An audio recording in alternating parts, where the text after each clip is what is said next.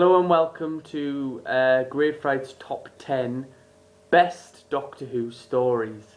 We're on number 8 now, and number 8 is The Rescue. It's starring William Hartnell as the Doctor, William Russell as Ian, and Jacqueline Hill as Barbara. It's written by David Whittaker.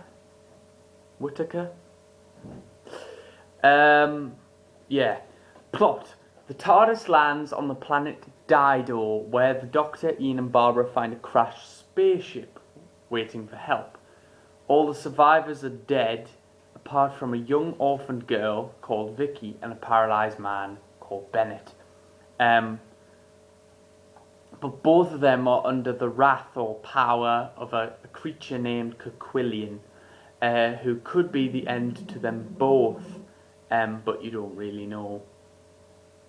I'll not spoil anything else from the plot. Good points. The first scene in the ship with Vicky and Bennett is really well done. The acting there is brilliant. The TARDIS scene is done very well. The Doctor looking around the TARDIS and mentioning Susan, stuff like that. It's just really good because it's continuing on from the Dalek invasion of Earth, but also creating a different storyline kind of thing.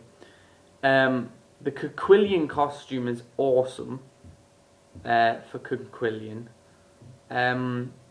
Barbara and Ian's acting in the cave when they get outside to see the spaceship and in the cave bit at the beginning is superb. I think it's brilliant acting.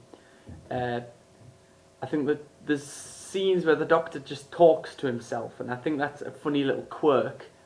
I've seen it in other William Hartnell stories, but I think it's very good in this episode. It's very funny, it's interesting to hear the Doctor talk to himself kind of thing. Kerquillian's weapon, which he uses in the cave, and I think he uses it again later on in the story, it looks very alien. Because it doesn't really look like a gun, it's more like a club, but it shoots, and I just think it's a really good design. Whoever designed it was really good. The cave lighting and setting is perfect. It's a perfect setting with the cave and the dark lighting. I think it's a really perfect setting. All the actors of the main cast are really good at bouncing off each other acting-wise. They kind of, at this point, really know how to kind of work with one another. And all the dialogue between them is just really, really good. The actor who plays Kerquillian, the Kerquillian creature, is good at creating the cruel monster-like villain thing. Especially you see this mildly when he's with Vic in a scene with Vicky where she's like, I've collected some stones, and he just smashes them off out of her hand and basically has a go at her kind of thing. At the end of the first episode, it's only 2 episodes long, it's a short but sweet thing. At the end of the first episode, there's a great trap type thing that's trying to push Ian off the ledge. The Doctor and Ian basically are crossing this ledge thing to get out of the cave, and there's this creature below. The creature looks superb, like it looks similar to Kerquillian but different. And there's a trap thing that's trying to push Ian off the ledge, and I think that's a really good trap kind of thing. A thing that's about both episodes in the story, the setting seems to be perfect. It's superb in both episodes. The setting is an important part of this story, and it's just brilliant. It's perfect in The Rescue. It's perfect. Vicky seems to start to replace Susan for the Doctor by episode 2. You get to see the Doctor and Vicky recreate Susan in a way. which is good. It's good that the Doctor gets a new character that he can use as Susan, to replace Susan in a way. Because he is a grandfather-like figure. There's a great atmosphere when Quillian meets the Doctor down in the Judgment Hall, or whatever they call it. And towards the end, this is a twist, and this is a spoiler. If you haven't watched The Rescue and you don't want to watch it, just skip about 10 seconds or so. It's great when you find out that Bennett is Quillian. It's pretty awesome. I mean, it is kind of predictable, but it's not that expected. I think it's really well done that you find out that Bennett is Quillian. Bad points. There's not very many bad points. One of them is, as cool as Quillian looks, I mean, he looks great. His voice is a bit disappointing. It's not really that good. It's more like a instead of like a voice, if you know what I mean.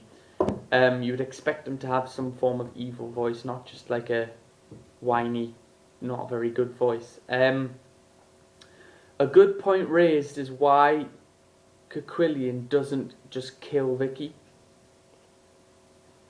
Doesn't really need her. There isn't really a good way to justify why Quillian doesn't really kill Vicky. I mean, I know that later on there is kind of a mention to why, but it isn't really that good of a reason why he doesn't just kill Vicky. Another bit is the scream of the alien monster that Barbara kills. Its dying scream is a bit bad. I think it's not really a good sound. It just sounds like death, evil, death, but it's not really a good death scream. It's more like it just sounds horrible. I think Bennett's end was a bit disappointing. There's a spoiler here, so skip it if you don't want to hear the spoiler. Just skip forward about 10-15 seconds. Considering he was a murderous criminal-like character that basically killed all the crew and is now planning to basically escape the planet and getting away with this all, I think it's a disappointing end for him to just die like he did. I don't actually know what happened to him really. He just kind of walked up set and screamed. So you don't really know, but still, didn't quite like him. Yeah, that's good points and bad points. I think this episode is a really good story, really. The episode story thing is really good. It's also a good two-parter. I mean, two-parters seem to be used as space fillers in classic series, but this doesn't seem a space filler.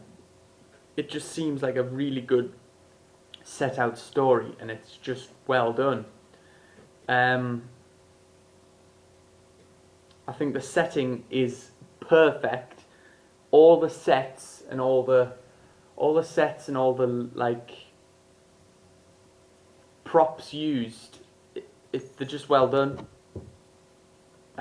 It's a really good story, and I'd suggest everyone watches it if you like William Hartnell.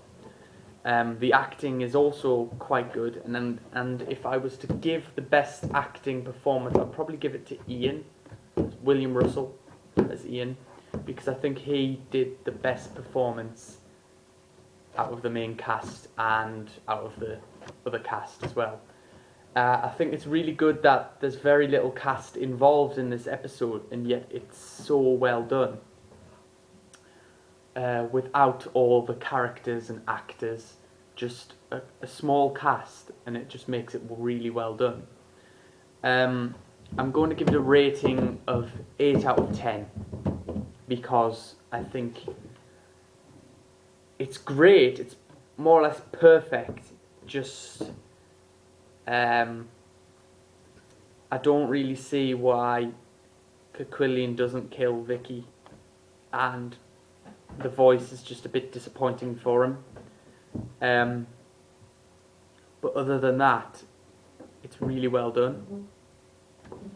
Thank you for watching, and the next review I'll be doing is Asylum of the Daleks, which will be on tonight, and then I will continue my top 10 best and worst. But I will be reviewing new series as it comes out.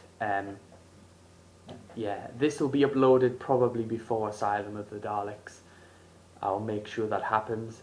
But the next on my list of top 10 worst is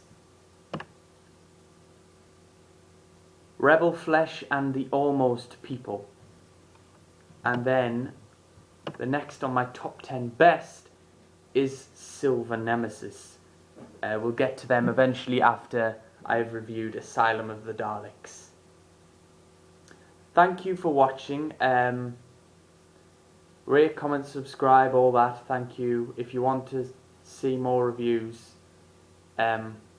just let me know what you would like me to review, basically. Hope you've enjoyed this review. Thank you and goodbye.